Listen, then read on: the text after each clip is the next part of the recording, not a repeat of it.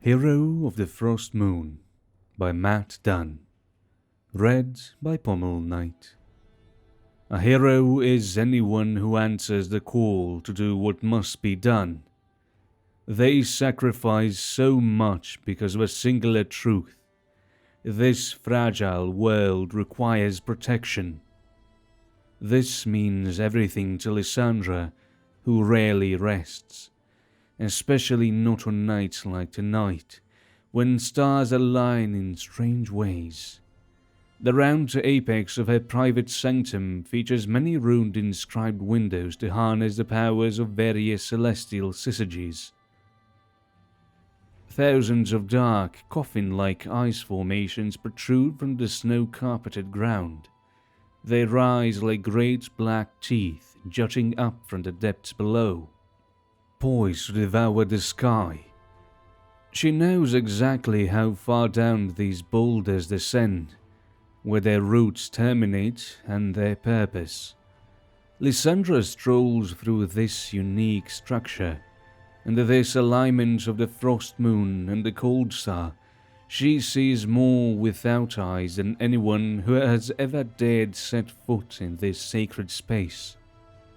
Although it is quiet as a tomb, she hears what no one else can. The voices of the half-dreaming and half-dead, trapped within each crystalline monolith. An ancient troll king says nothing. Its deep-set eyes scream with malice as it tracks her path.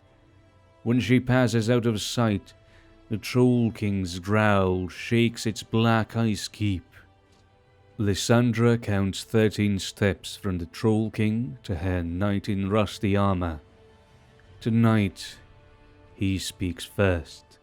"Kill the Ice Witch," he says, his eyes half-lidded, his grim face stoic.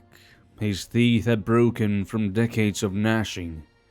But his refrain catches on as Lissandra winds through the forest of midnight ice.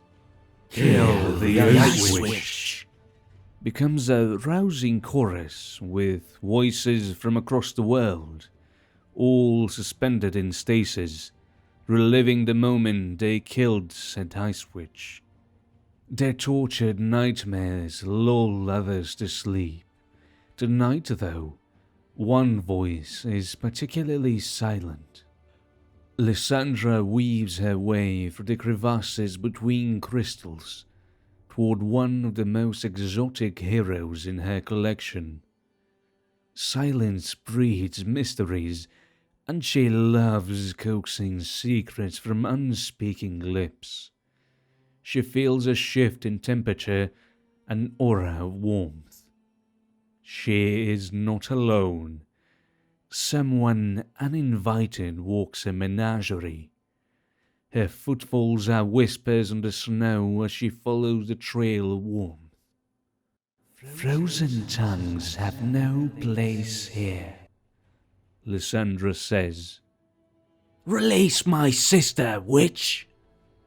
A voice, gruff and husky, cries out. Lissandra turns towards this unseen threat. "Up," is all she has to think before blade-like shards of ice erupt from the ground, blocking the intruder's path. She hears wind gush from the infiltrator's lungs. Then the soft thud of the fall. "Demands without greeting make for ill-mannered guests." The would-be interloper finds a shred of courage. Then her voice. "My sister is Hera from the Caravanserai of the Gilded Scarabs. She dreamt of 800 years of ice unless she slew the prophetess of frost." The girl mustered some defiance. "Release my sister, witch, and I shall spare your life." Lissandra finds no need to waste good breaths on a pitiful laugh. "Ah, you seek a bargain, then?"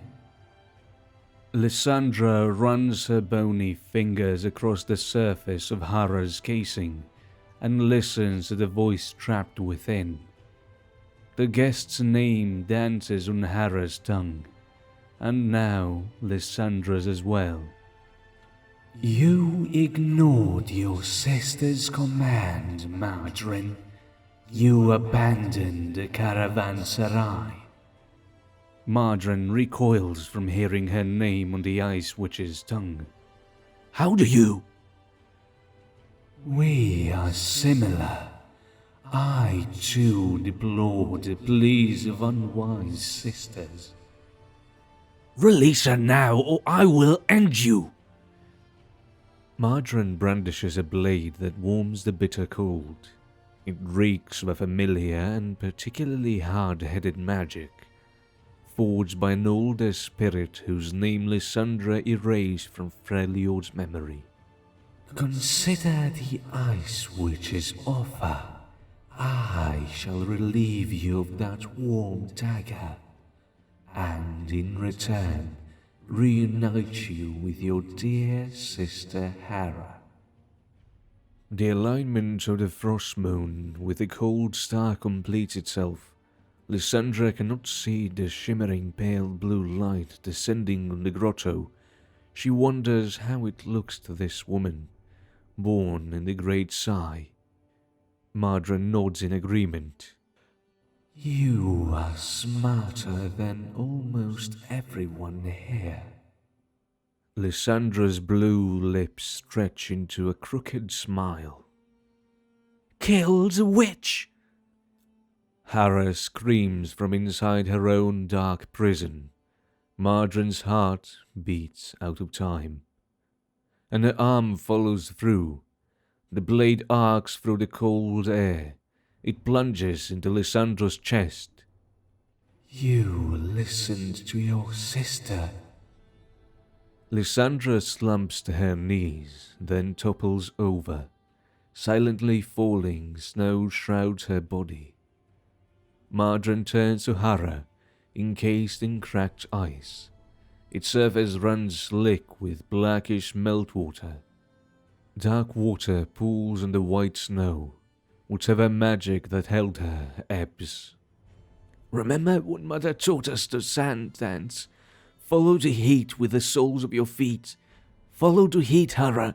Follow me. The cracks widen in Hera's prison as she struggles to break free. Finally, the edifice crumbles and there she is, kneeling by Margarine's side in an inky puddle. Relief sweeps both of their faces as they embrace. We did it, Margarine says. The caravanserai is safe. There is no 800 years of freeze coming. Hera pulls closer and whispers in Margarine's ear. Sisters who listen. Instead of Hera's voice, she hears the cold, calm voice of the Ice Witch. Are the easiest to trick.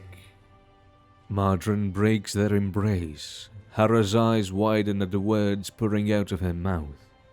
Her lips mouth a single word. Run. Only Margarine can't.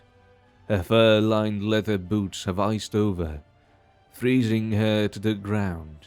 Black ice crawls up her legs. I kill her. She looks to Lissandra's body, but sees only virgin snow. That's when she sees the blade still in her hand. The realization dawns on Margarine. I never threw the dagger. A flash of chalk white catches her attention. She looks up to the rune-inscribed window above, where there should be a frost moon over a cold star. A pair of dark blue lips stretch into a mocking grin. Sisters. Lissandra whispers to the two women inside their frozen tombs. Inseparable, devoted, but still so utterly foolish. They lock eyes as the dark ice entombs their faces. Lissandra admires her latest acquisition. I found it more convenient to lose mine. Where a single rock of black ice once stood, two now stand, joined together at the base.